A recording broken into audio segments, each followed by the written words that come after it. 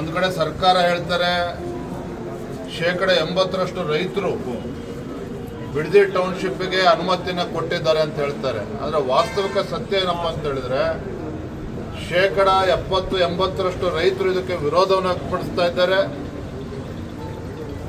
ಕೃಷಿ ಚಟುವಟಿಕೆಗಳಿಗೆ ಪೂರಕವಾಗಿರ್ತಕ್ಕಂಥ ಫಲವತ್ತಾಗಿರ್ತಕ್ಕಂಥ ಜಮೀನನ್ನು ಕಸ್ಕೊಳ್ಳೋಕೆ ಹೊರಟಿದ್ದಾರೆ.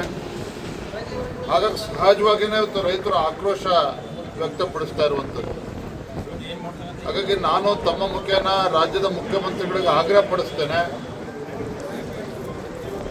ಈ ರೀತಿ ದಬ್ಬಾಳಿಕೆ ಮಾಡೋದನ್ನ ಬಿಟ್ಟು ರೈತರ ಜೊತೆ ಸಮಾಲೋಚನೆ ಮಾಡಬೇಕು.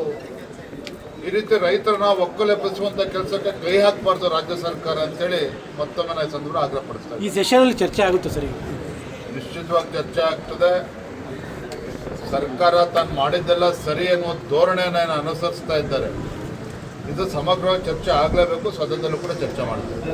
ಮುಖ್ಯವಾಗಿ ಬಿಜೆಪಿ ಸಕ್ರಿಯವಾಗಿ ಈ ಒಂದು ಹೋರಾಟದಲ್ಲಿ ಹಿಡಿತಾ ಇಲ್ಲ ಅನ್ನೋದು ಆ ಥರ ಏನಿಲ್ಲ.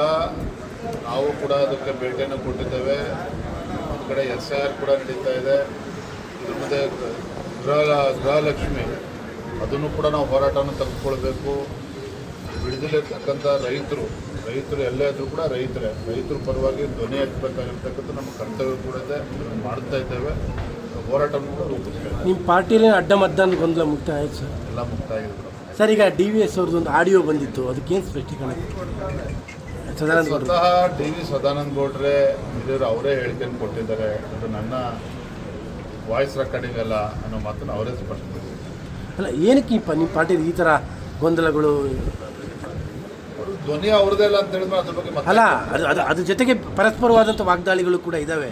ನೀವೀಗ ವಿಶ್ವನಾಥ್ ಅವರು, ಸದಾನಂದ ಗೌಡರು ಎಲ್ಲರೂ ಕೂಡ ವಾಗ್ದಾಳಿ. ವಿಶ್ವನಾಥ್ ಅವ್ರ ಹತ್ರ ಮೊನ್ನೆನೂ ಕೂಡ ಮಾತನಾಡಾಗಿದೆ. ಇರುತ್ತೇವಲ್ಲೋ ಕ್ರೈಸಿಸ್ಗಳು ಇರುತ್ತೆ. ಇದ್ರ ಮಧ್ಯನೂ ಕೂಡ ಸಂಘಟನೆ ಕಾರ್ಯಕರ್ತರ ಧೈರ್ಯದ ಕೆಲಸ ಮಾಡಲೇಬೇಕಾಗ್ತದೆ. ಇದ್ರ ಮಧ್ಯನೂ ಕೂಡ ನಾವು ಕೆಲಸ ಮಾಡ್ತೀವಿ.